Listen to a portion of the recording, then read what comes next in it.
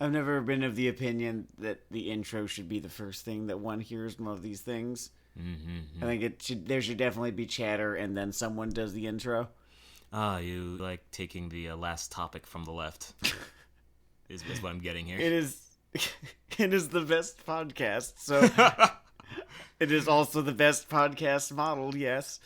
Well, yes, Sam, that is the second best podcast. Oh, after Hardcore History, yeah. Oh my god. I've not seen a failure of self-promotion of this magnitude since Jeff Bezos tried to look like a human being. Instead came out looking like fucking Shar Aznable. I'm just thinking of the choices in life that lead to writing a penis-shaped You cannot ship. profit, not while your souls are held down by gravity. And I know they had options. They need to pander to this billionaire, so they could have developed something that didn't look like a penis, and they are afraid of his opinions. So I can only assume he approves of the penis shape. What did the penis? Or desired. Did the spaceship look like a penis? I'm gonna pull this up. I don't read the news. I try to avoid it whenever possible. I'm always disappointed. I'm never surprised. Rarely does it ever change my viewpoint on anything. I just need to know. Alright, so you understand. Look at that motherfucking thing. And I'll admit, I'm a plebeian on this front. Perhaps this is the most efficient ship design, and we have just a beautiful case of biomimicry.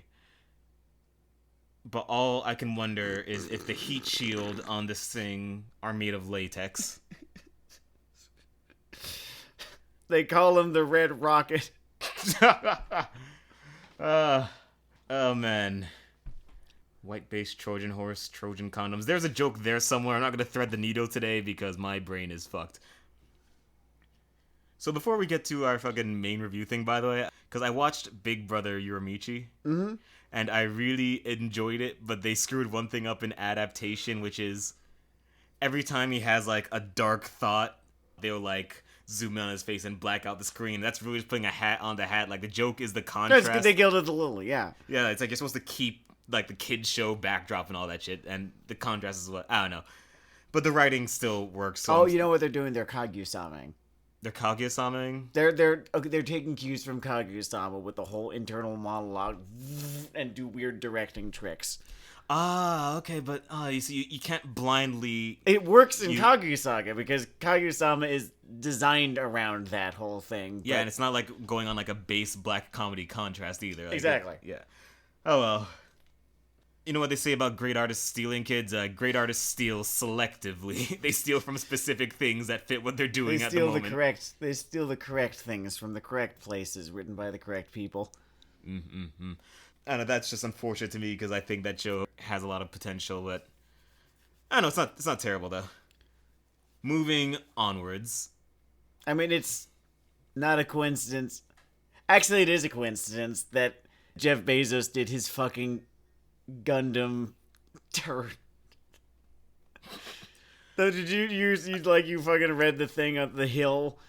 Which one? Oh, he just, called for companies to move into space. So, if I were to compare a global terrorist movement racking up casualties in the tens of thousands versus Jeff literal dickhead Bezos as two methods of telling people to get off the planet, I think I would actually prefer the terrorist movement. And I think people would actually listen a little more intensely. They've got such a more kick-ass logo than Amazon does, I can tell you that much. That is what we call pointedly true. I mean, you know me in iconography. Hey, it's an element. It's a visual medium, right? So I'm going to throw the context tree up a bit, hang all the ornaments on it. We watched a Mobile Suit Gundam movie this week. Hathaway. Hathaway, yeah. And named after the Hathaway you are thinking of from Char's Counterattack. And if you had either a very boring or very productive youth, Char's Counterattack, that's the sort of the seminal Gundam movie. Yeah. To try to move society to its next stage, a guy, for a variety of complicated reasons, tries to slam an asteroid into Earth to get humanity to jump off of it. And this is thwarted for various personal and dramatic reasons that are very interesting, yada yada. And then along the way, there's just so many annoying assholes. A cavalcade of annoying assholes. There's like at least 6 of them. a big band's worth. Like, you get someone on every brash instrument. Only 2 of whom continue to be relevant into Mobile Suit Gundam Hathaway. One of them is one of the annoying assholes in question. Hathaway Noah, son of the Eternal Captain. Way less annoying in his adulthood. Although such can be said of most folks. So, you end up retroactively giving young Hathaway from Char's counterattack the benefit of the doubt.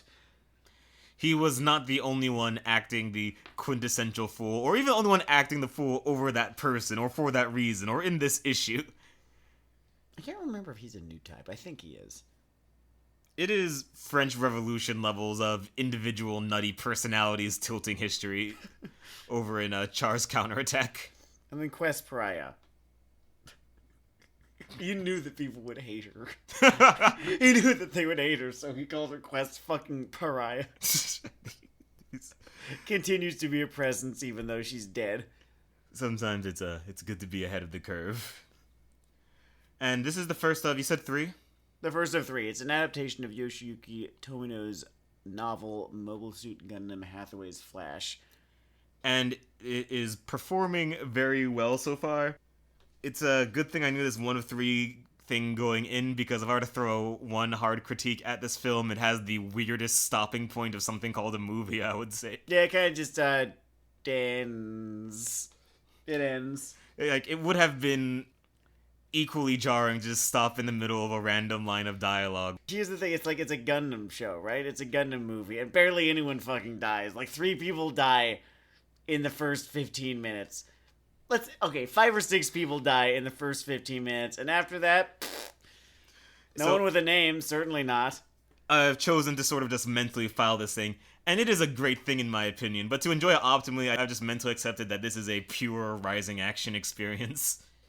Yes, I mean, this is the first act of a story, from a novel that was a singular unit adapted into a movie. So it's not going to be a perfect singular little product here, but as, the first act of this story, fantastic shit. And also just, it's so universal century. Yeah, it is redolent with that text. It even has the little universal century sort of dialogue quirks. Yes. I like Gundam dialogue. I like UC dialogue. Although I kind of use those terms interchangeably when talking about Gundam dialogue, because, truth be told, they all kind of do it. Mm-hmm. Less so in Iron-Blooded Orphans.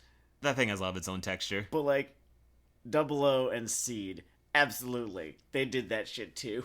Where you will have people kind of talking about something, just be talking about whatever the current situation is, and then they'll just drop in, some weird fucking Proust quote or something.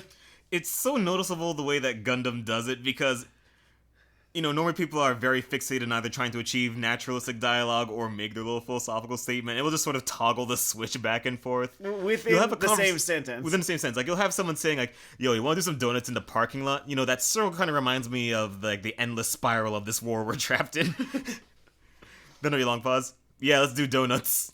Or they'll be thinking about, alright, we need to start thinking about re-entry in a couple of hours. Mankind is motivated by the darkness and the emptiness inside of him. Oh no, there are some kids in he feels that he must fill it. Third pause. There are some kids in the lobby too. Get rid of them. Scamps. I hope they get to grow up and see the next war. It's a unique dialogue switch, and obviously I'm riffing a little, but everything has its charm, and it's also just, it helps that the things that they tend to be philosophizing, thinking about, tend to be of an actual, intelligent grade. You can honestly earn a lot of rope with a lot of navel-gazing tropes that I will otherwise sort of kick at the shin at if what you're talking about is actually interesting or thought out in some way. Well, you know what kind of always did it for me about the Universal Century in particular, in part just because there's so much fucking content attached to it, is you get this... I'll preface it with, in Gundam, you will have a whole bunch of really fucking volatile people in positions of a good deal of power, whether they be, at the helm of a ship or the seat of a Gundam or, with a button in front of them. Then you start to consider just how fucking awful everything has been since 0079, right? I think it's like 105 by the time we get to Hathaway's Flash, right? 105, maybe even further along than that. And these people are trapped in a conflict with the length of the 100 Years' War, with the casualties of World War I. Half of mankind's population died in 79. So everyone's got generational trauma, and that was just the beginning. I really love the texture of the whole UC setting. It is not usually pinned under the term I'm about to use because it is a smarter show with more emotional variety made by smarter people. But if you were to talk about just sci-fi grim darkness, the things this people and this setting have been through, it captures that really well. And I guess I just always enjoyed the UC emotional texture of it being 1941 and everyone just having their own variant of the 1,000-yard stare. Different numbers attached to it. Maybe you got some cocky hotshots of like a 200-yard stare. There is a argument to be made that the Universal Century kind of post the first series, right? Post Mobile Suit Gundam 79, does sort of take place in something resembling a post-apocalyptic setting. Like, I remember in Zeta Gundam, there's this brief arc where they're in San Francisco, and the Golden Gate Bridge is just fucking sunk into the water because it got fucking hit during the 1 Year War, and there's just not the resources to fix it. So it's just sitting there, sunk. The city, kind of half in ruins. Most cities they go to half in ruins. I mean, mankind's still there, society still exists, but everything's shittier now. Everything looks like a fucking defunct land exhibit or feature. Yeah, no, it does. It does. It looks like this. It looks like an abandoned theme park half the goddamn time. Yeah, I always appreciated that about it. And something I was thinking about this entire time, because I was fixated on this question when I was watching the Demon Slayer movie too. Mm-hmm. Because, these are both pitched as movies, and it's not just your fan base who sees these things because you pay so much fucking advertising. You just get randos coming across it. And I tried to think, alright, how well does this movie scan if you are just a guy? It's not necessarily a bad movie if it does not achieve this.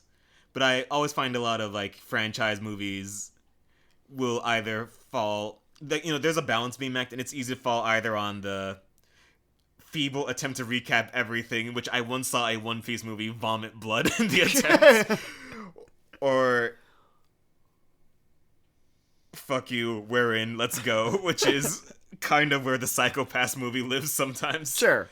And what I liked about Hathaway, less so the Demon Slayer movie, I think that one just sort of survives because it's going with sort of very elemental storytelling there. Okay. But what I liked about Hathaway is that I think you can just watch this, and it wouldn't get any of the callback things, but I think it's relatively easy rock. Oh, okay, world here's shit.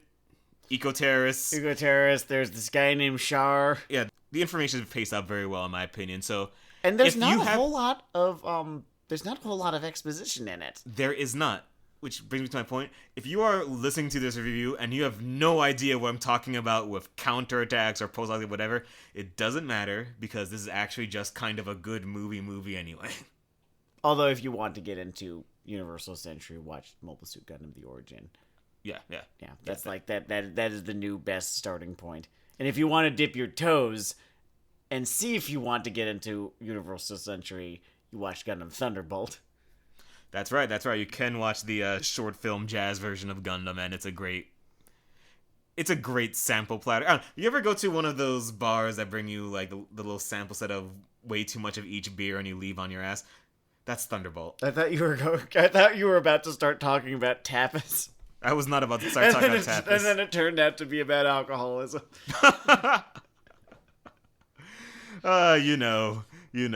Lifestyle choices. This movie picked, and I'm surprised they picked it, but they took the character to an interesting place. Hathaway, who I would not call a beloved fandom figure before. No, he was piss annoying.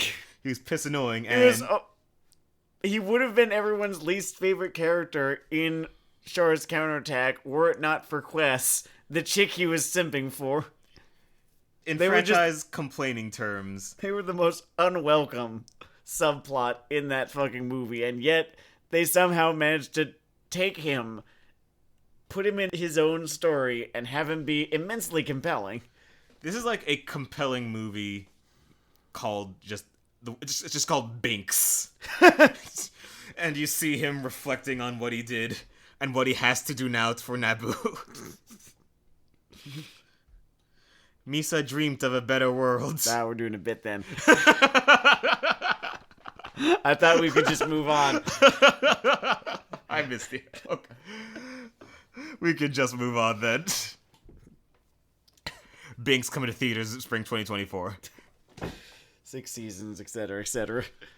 When I say it takes an annoying character, it doesn't just throw out the whole baby of the bathwater of what drove the annoying things. He is very much treated as someone who, when he was 14, did these things and made choices from there. Tries not to bring I like how he seems actively embarrassed by it these days. Like, oh god, I actually just stole a mobile suit and flew around. I made a lot of trouble for Dad. It actually kind of sucked. Not proud of any of you. And, well, obviously has his plot level reasons for his discomfort around Federation things, the way it colors his interactions in this movie is fun, and his obvious sort of walls off / projection of the whole Quest thing, the GG thing.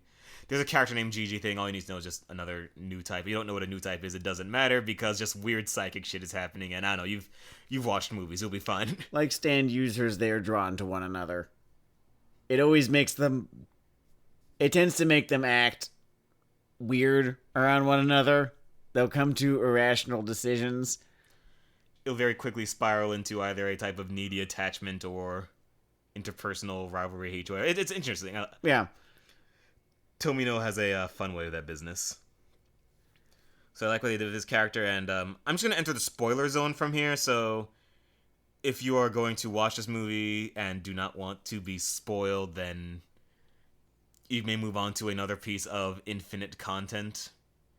3, 2, 1, bang. Okay, so he's an eco-terrorist in this movie, and that's really great right out of the gate of Char's counterattack. Yes. They've got this whole almost... It's not because I believe Hathaway's Flash was written 20, 30 years ago at this point, right? Mm-hmm.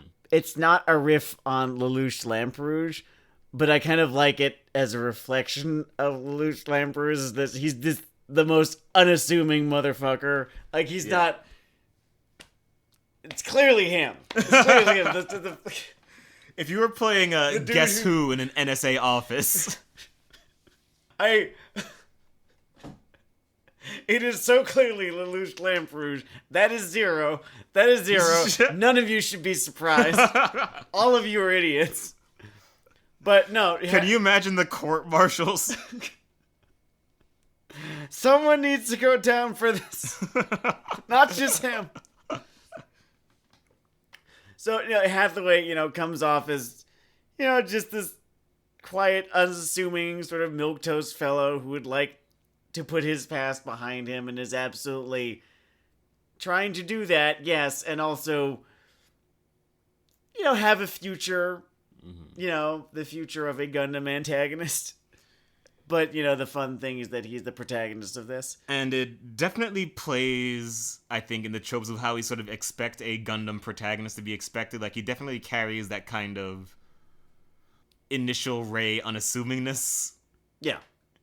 But it quickly becomes clear that he is anything but typical, and that this bomb is active and this bomb is mobile. And the particular lens this movie has chosen for its swath of destruction at what this guy has planned is very smart, I think. Mm-hmm. And it is honestly just good at framing the stakes of familiar sequences or plot in a way that elevates them, or is at least from a fresh angle. I mean, obviously there have been, super robot or whatever, or real robot fights where there's a lot of attention paid to what happens on the ground. Or maybe it's even just the big budget gravity of it, but they portray just how stupid destructive the smallest mobile suit fight near a city or colony or whatever is. Yeah, it's just this. there's like 3 or 4 mobile suits involved in this fight, 1 on one side and 3 on the other. Yeah. And you follow Hathaway, who's not part of this fight. You know, he actually ordered this fight to happen as a distraction, and then basically makes the call while it's happening.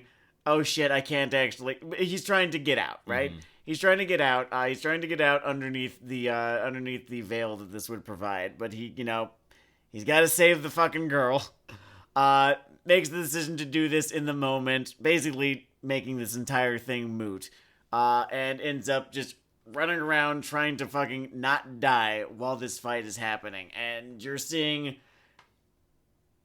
this scale of what even the smallest, as you were saying, mobile suit fight looks like, and how goddamn terrifying it would be. As just the city kind of collapses around them. One of them drops their gun. Oh yes, I was gonna talk about when it drops its sidearm. That's probably one of the better parts of the entire movie right there, is just it loses its beam rifle and it goes boom into the fucking street and shockwaves around. Okay, you guys know what I'm like. You've heard me on this show. And I think there was a 20-minute stretch in this movie where I just didn't make any dumb jokes. Yes. And I think that's an achievement. I was thinking it about 15 seconds or so before you brought it up. I was like, no, Denard's been pretty quiet lately. He's not bored. He'd be riffing on it if he were bored. He'd be calling it boring. For a reference, I received several glares during a group viewing of the erstwhile Citizen Kane with jokes about lines of composition. It's like you had to find something. You had to find fucking something to watch.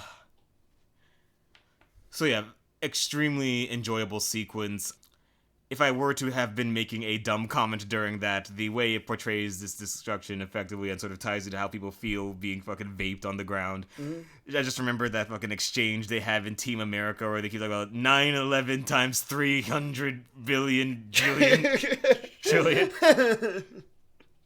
And you get that from the struggle to survive being Gundammed. What I love about Gundam, right, is, at its core, it's just a story about people who always find all of these great reasons to kill one another, and usually it's not one another who dies, it's everyone else. This fight, about halfway or so through the movie, is a really fantastic little encapsulation of that idea, as just all of these people who are just there, just civilians just of this, like, existing. this Pacific Island nation, run screaming from the fight between Mr. High-Minded Ideas and, the permanently on the brink of collapse government.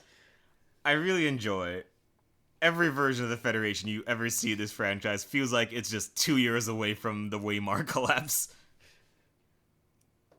And yet, as of Victory Gundam, which takes place around 80-some years or so after, the events portrayed in this film, still there, way less powerful, still there.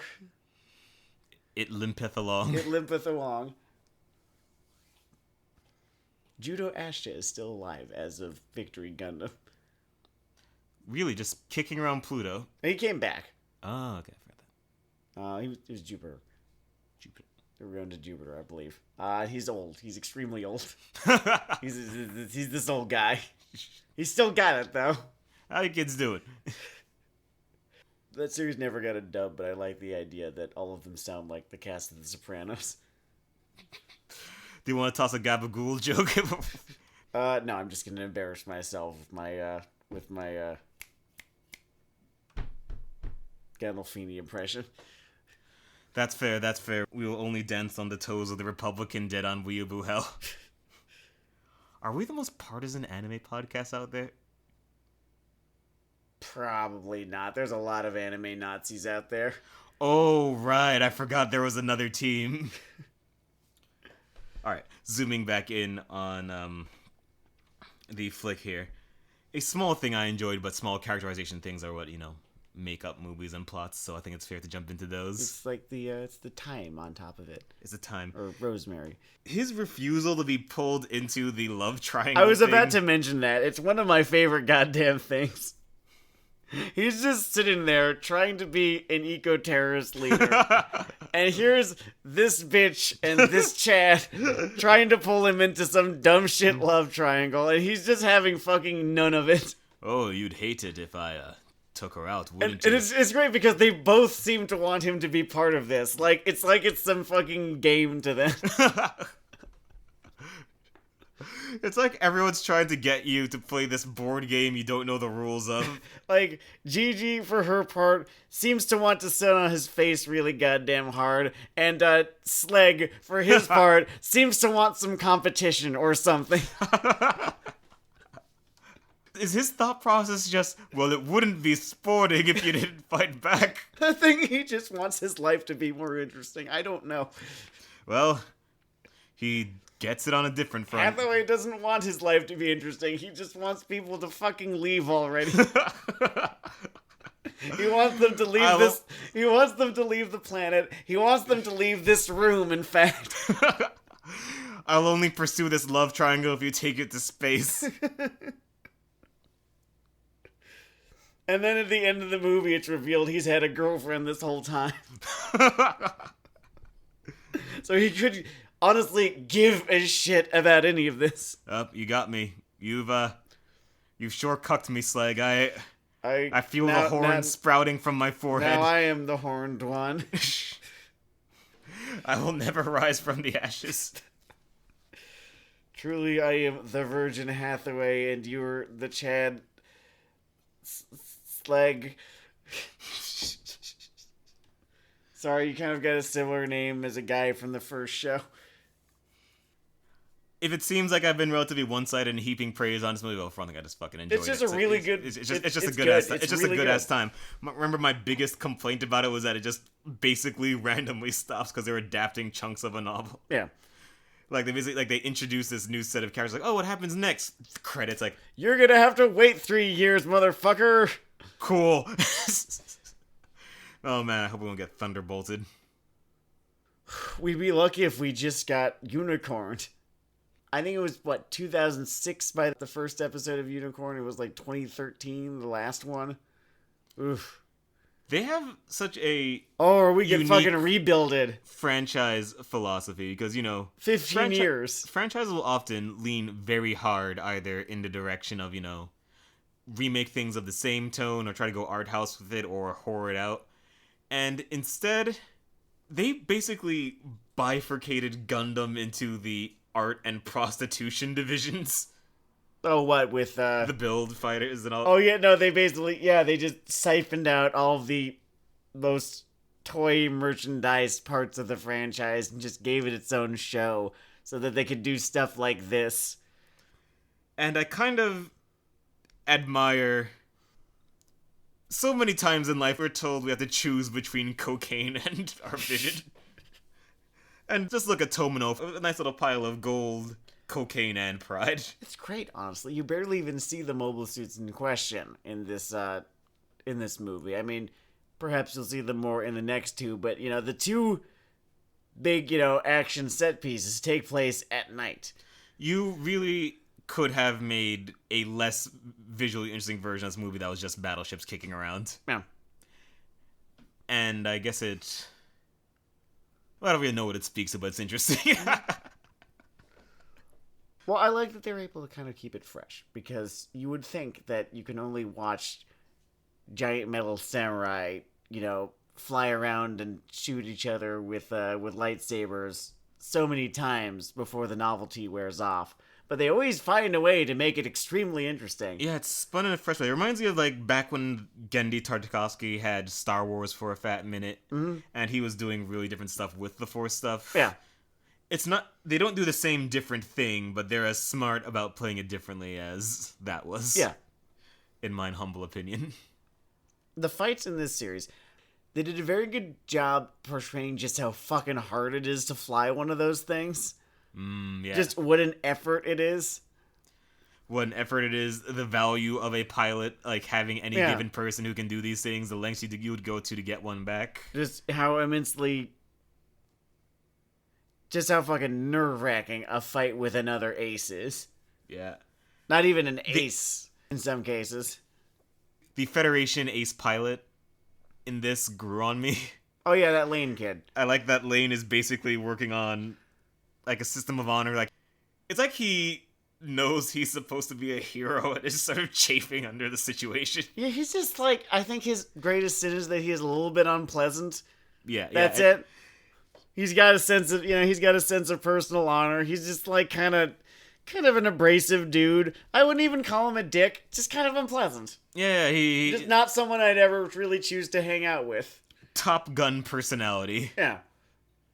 Which, sounds basic, but sometimes it's all about I'm gonna say it, I'm gonna do it. Sometimes it's about, I'm leaning to the microphone, the execution.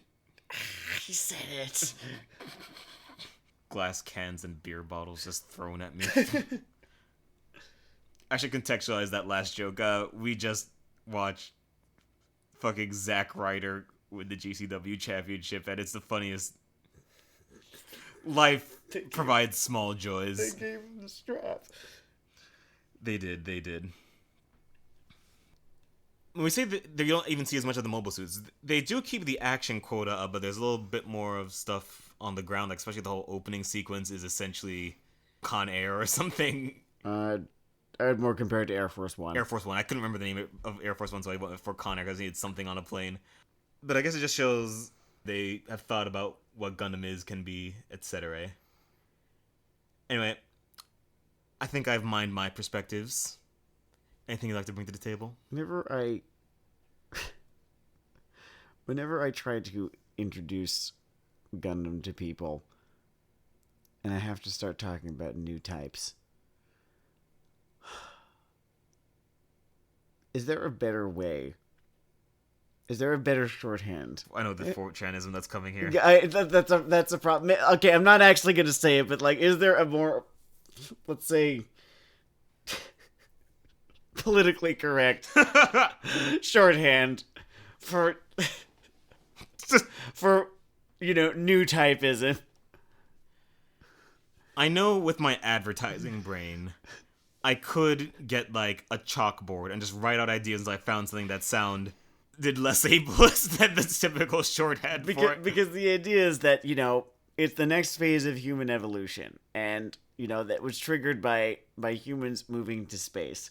And it's not always that great of a thing to the individual, because, yes, it's psychic powers, but psychic powers in such a way that you just completely are disconnected from the human experience as, it is sort of imagined, or as we understand it, right? You just stop acting in a way that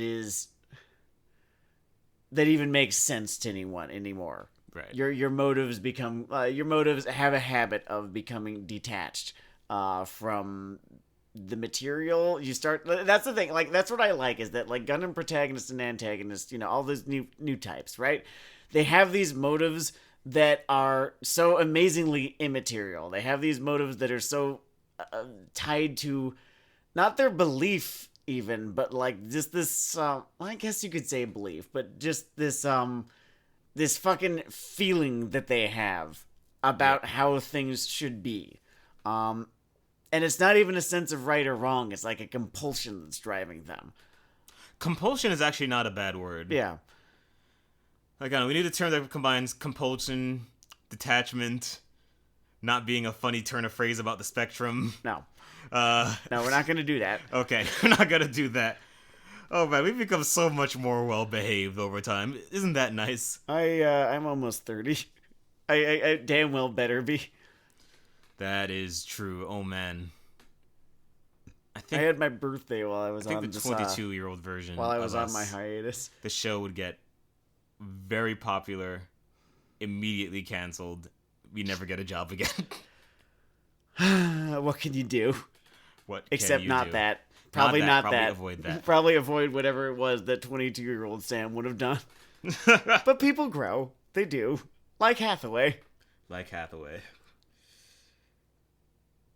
Oh, yeah, but that feeling of like sort of elevation above standard humanity, but not all the way. I don't have a better shorthand for it. That'll be my challenge for when we come back next week. Actually, I'm going to add brain up a way to describe new typeism that pithy that you can say in decent company. Sure. Without someone glaring at you or getting sort of smacked in the back of the head like a bad child. Or smacked in the front of the head. Or smacked in the front of the head. You can get Scaramucci'd according to Mr. Colbert. Front stabbed, as it were.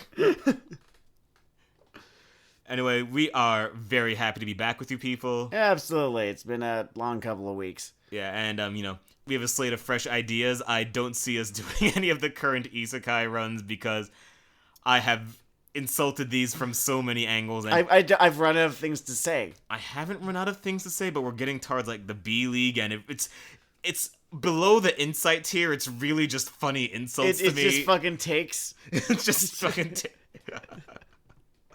It's really just me comparing it to different military blunders and people I dislike and food that sucks.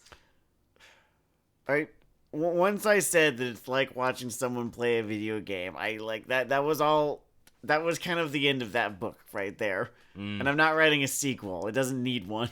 The main character died. It doesn't get one. It's like EM dash watching someone semicolon playing an RE video game. Titles are fucking hilarious. Anyway, this has been Weeaboo Hell. Yeah, I'm going to bed. It's Weeaboo Hell. Good night.